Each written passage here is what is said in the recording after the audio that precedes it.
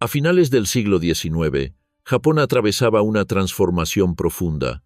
La era Meiji había impuesto modernización y centralización del poder, fusionando tradición samurái con disciplina militar moderna.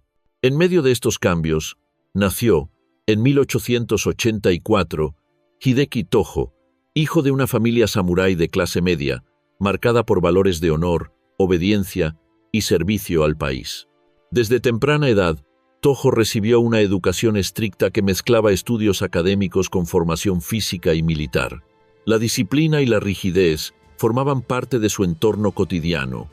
La lealtad al emperador y el respeto por la jerarquía militar se grababan en su carácter como parte de la tradición familiar y nacional. La juventud de Tojo transcurrió en un Japón que buscaba consolidarse como potencia regional.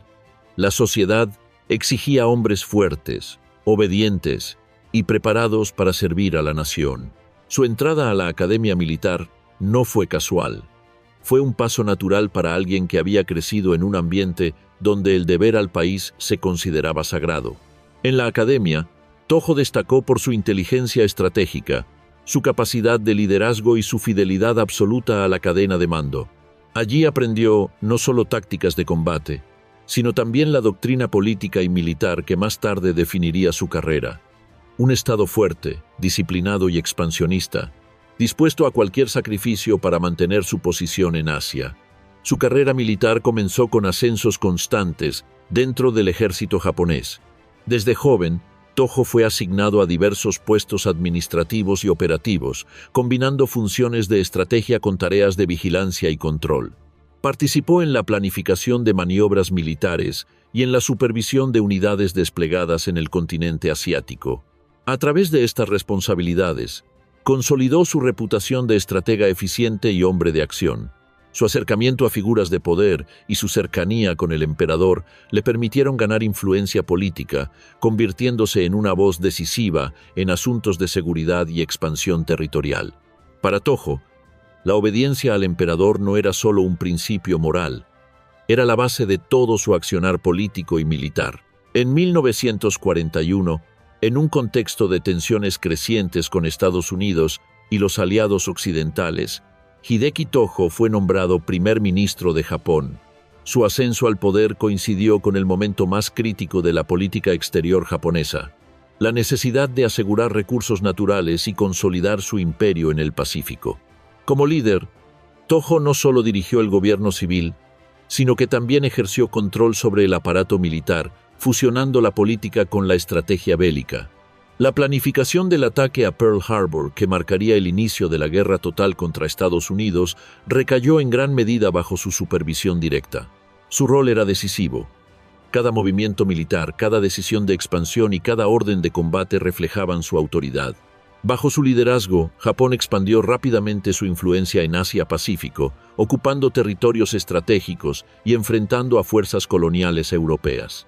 Sin embargo, el precio fue alto. Miles de soldados y civiles pagaron con sus vidas, y Tojo asumió la responsabilidad política de las atrocidades cometidas por las tropas bajo su mando. La guerra total exigía decisiones extremas, y su gobierno implementó políticas que consolidaban el control militar sobre territorios ocupados y reprimían cualquier resistencia.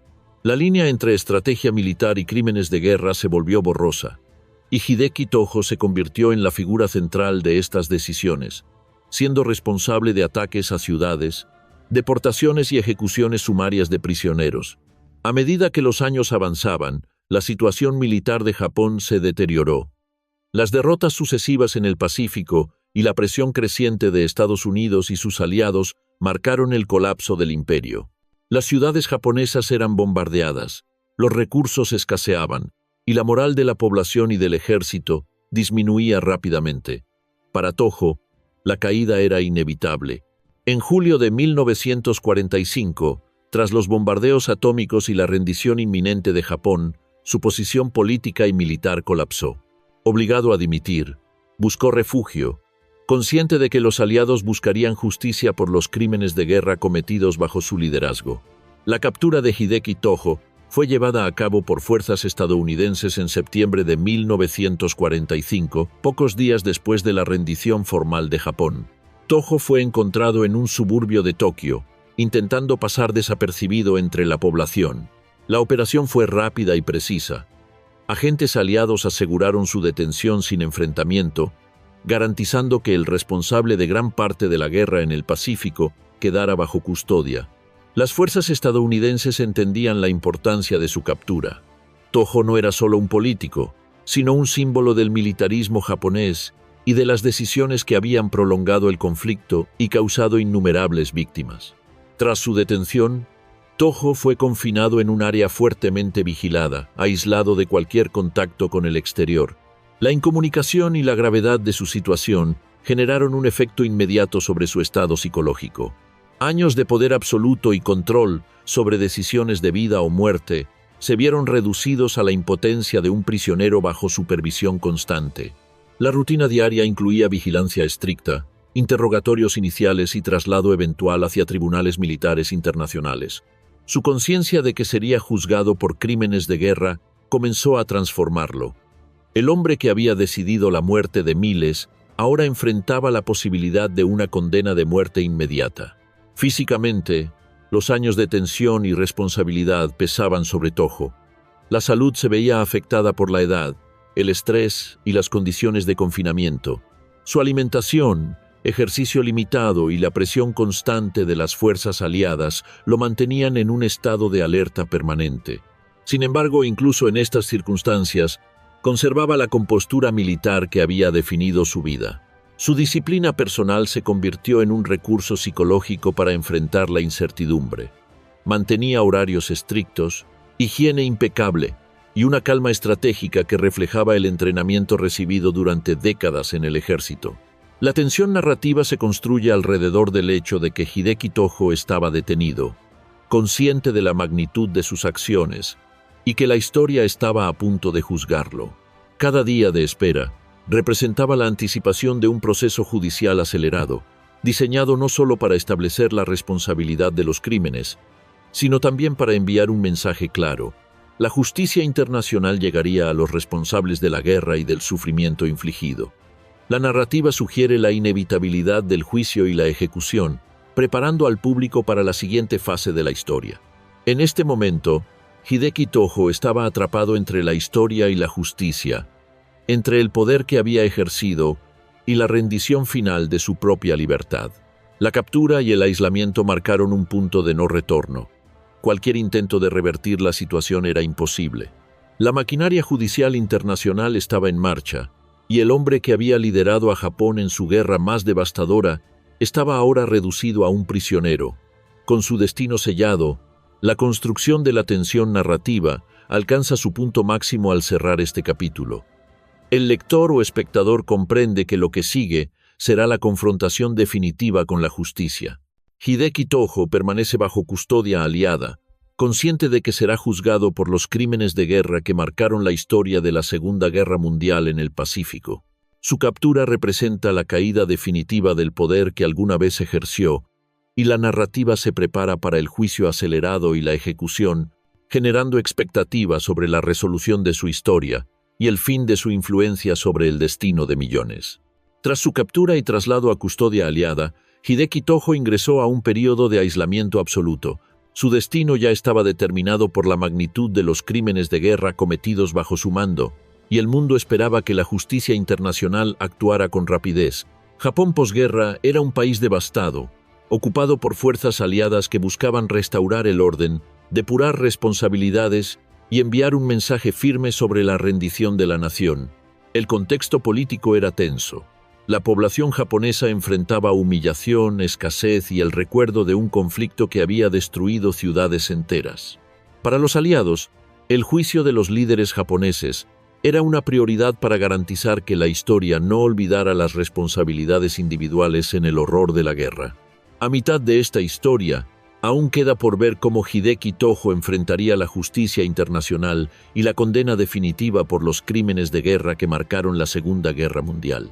Suscríbete ahora para no perder ningún detalle de este oscuro episodio de poder y castigo. Hideki Toho fue trasladado a un tribunal especializado, el Tribunal Militar Internacional para el Lejano Oriente, encargado de juzgar a los principales responsables japoneses. Desde el primer momento quedó claro que el proceso sería acelerado. El tribunal contaba con pruebas extensas, documentos oficiales, testimonios de soldados y civiles, y registros de decisiones estratégicas tomadas por el gabinete japonés durante el conflicto. Tojo, como primer ministro y ministro de guerra, era señalado como responsable directo de la planificación de ataques a naciones aliadas, de políticas de ocupación y de crímenes de guerra que afectaron a millones de personas en el Pacífico y Asia Oriental. Su situación era crítica. No habría indulgencias ni espacio para la negociación. El juicio comenzó con la presentación de cargos formales, agresión contra naciones soberanas, crímenes de guerra y crímenes contra la humanidad. Los fiscales describieron la invasión de territorios extranjeros, la implementación de políticas represivas y los asesinatos sistemáticos de prisioneros y civiles.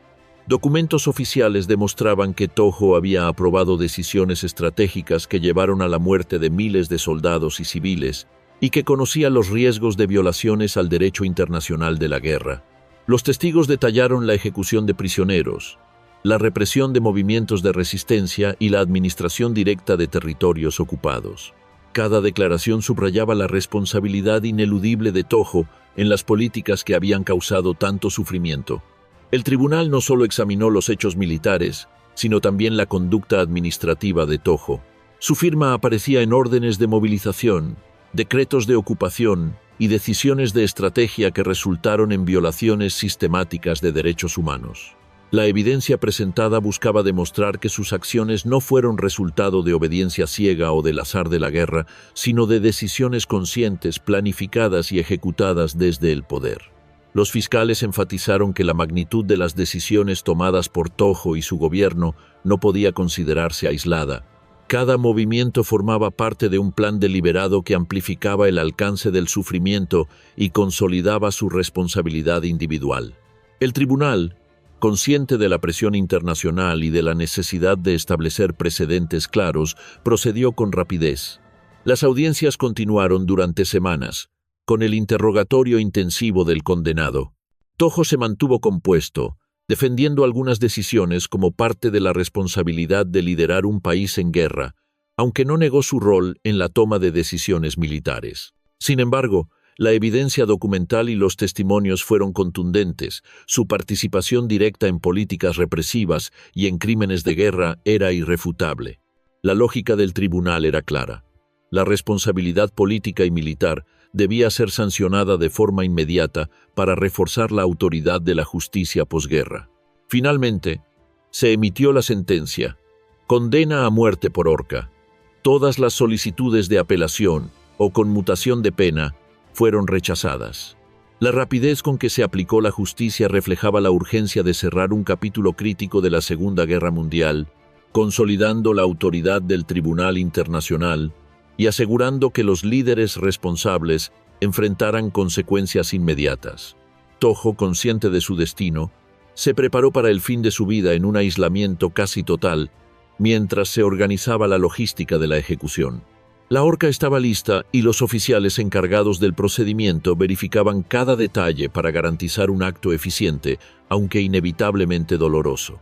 El día de la ejecución, la horca se instaló en el recinto designado, con testigos oficiales y personal militar, encargado de supervisar el procedimiento.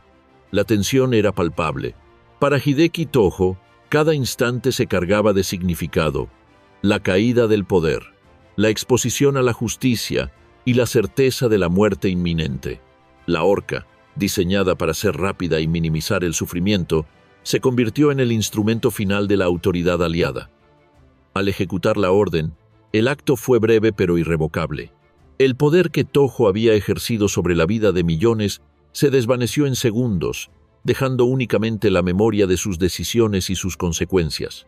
La reacción inmediata de oficiales y testigos fue de solemnidad. Algunos reconocieron la necesidad de aplicar justicia, otros se sintieron impactados por la magnitud simbólica del acto. La población japonesa y la comunidad internacional percibieron la ejecución como un mensaje claro: los crímenes de guerra no quedarían impunes y la responsabilidad personal sería sancionada incluso para líderes de la talla de un primer ministro y general. Hideki Tojo, que había encabezado la maquinaria bélica de Japón, pasó a la historia como un ejemplo de la aplicación rápida de la justicia posguerra. La ejecución generó divisiones de opinión.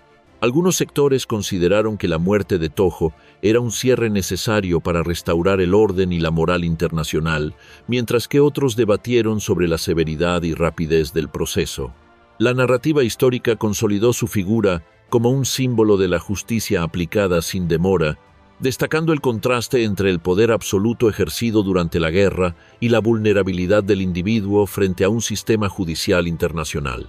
La historia recuerda que incluso el hombre que dirigió la guerra enfrentó finalmente el mismo destino que impuso a tantos otros: la muerte ineludible por decisiones políticas y militares.